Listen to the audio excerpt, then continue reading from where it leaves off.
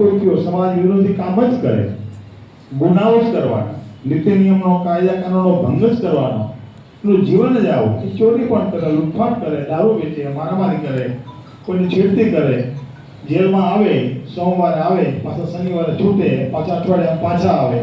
એક આવો વર્ગ છે દેશમાં, દુનિયામાં, જેને આપણે અસામાજિક તત્વો કહીએ.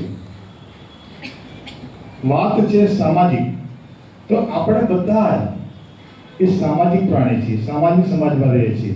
આપણે બિન સામાજિક પણ ન બની શકીએ અને અસામાજિક પણ ન બની શકીએ. પણ ચિંતાનો વિષય છેલ્લા 10 વર્ષમાં એ છે કે આપણે મધ્યમ વર્ગીય પરિવારો જે કહી શકાય, કદાચ આપણી પાસે સારી ગાડી હોય, સારું મકાન હોય, ઘરમાં ફ્રીજ, કલર ટીવી, એસી બધું જ હોય, તેમ છતાંય આપણે અત્યારે મધ્યમ વર્ગીય જ ગણાય. ભૂતકાળનો એક સમય એવો હતો કે કોઈક પાસે સારું સ્કૂટર હોય ને તો એ શ્રીમંતમાં ગણાય. લાખ 2 લાખ રૂપિયા જેની પાસે હોય ગામમાં શહેરમાં શાસન કરતા. અત્યારે 2 લાખ રૂપિયા લોકોના ખિસ્સામાં પડેલા હોય. એટલે આપણે બધા સુખી સંપન્ન હોય તેમ છતાંય આ બેની સરખામણીમાં આપણે બધા મધ્યમ વર્ગીય જ કહેવાય. પણ દુઃખની ચિંતાની વાત એ છે, હું મારા મુખ્ય વિષય ઉપર આવું કે મધ્યમ વર્ગીય અને સામાજિક લોકો જે આપણે છીએ, જેને સંસ્કારી સમજીએ, આધ્યાત્મિક સમજીએ, આપણે પારિવારિક લાઈફ જીવતા હોય, આપણા સગાવાલા, આપણા પડોશી, આપણો પરિવાર, બધી જ આપણે સાથે મળીને જીવતા હોય, તો આવા સમાજના લોકો, ખાસ કરીને છેલ્લા 10 વર્ષમાં દીકરીઓ એ ધીરે ધીરે સામાજિકમાંથી અસામાજિક તરફ આપણે પ્રયાણ કરી રહ્યા છીએ. ક્રાઇમનો અને ગુનાનું પ્રમાણ જબરજસ્ત ઝડપથી વધી રહ્યું છે. હું જ્યારે જેલ ખાતામાં નોકરી પર લાગ્યો ત્યારે ગુજરાતની અંદર 21 જેલો હતી અને લગભગ 15,000ની આસપાસ ગુનેગારો ગુજરાતની જેલોમાં હતા.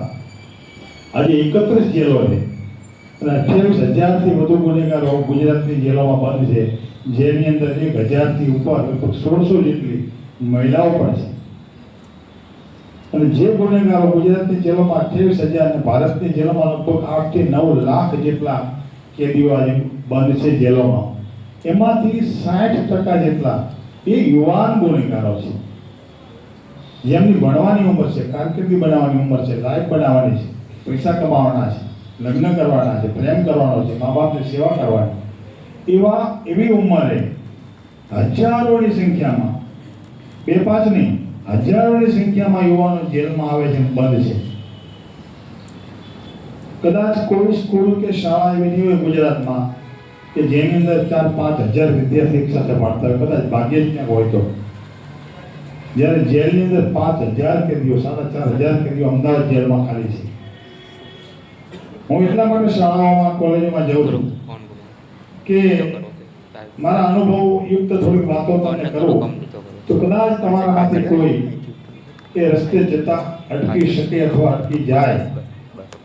અત્યારે તો બધા ડાયા ડમરા સંસ્કારી એટલા માટે કે તમે અત્યારે રાજકોટ સુધી જ્યાં સુધી ભણો ને 12મા ધોરણ સુધી, ત્યાં સુધી તમને પપ્પા મમ્મીની બીક હોય, શિક્ષકોની પણ બીક હોય, અડોશી પડોશી કોઈ જોઈ જાય એની બીક હોય, નજીકમાં તમારું મકાન કે સોસાયટી હોય, ત્યાં સુધી તમે અનુશાસનમાં રહો છો.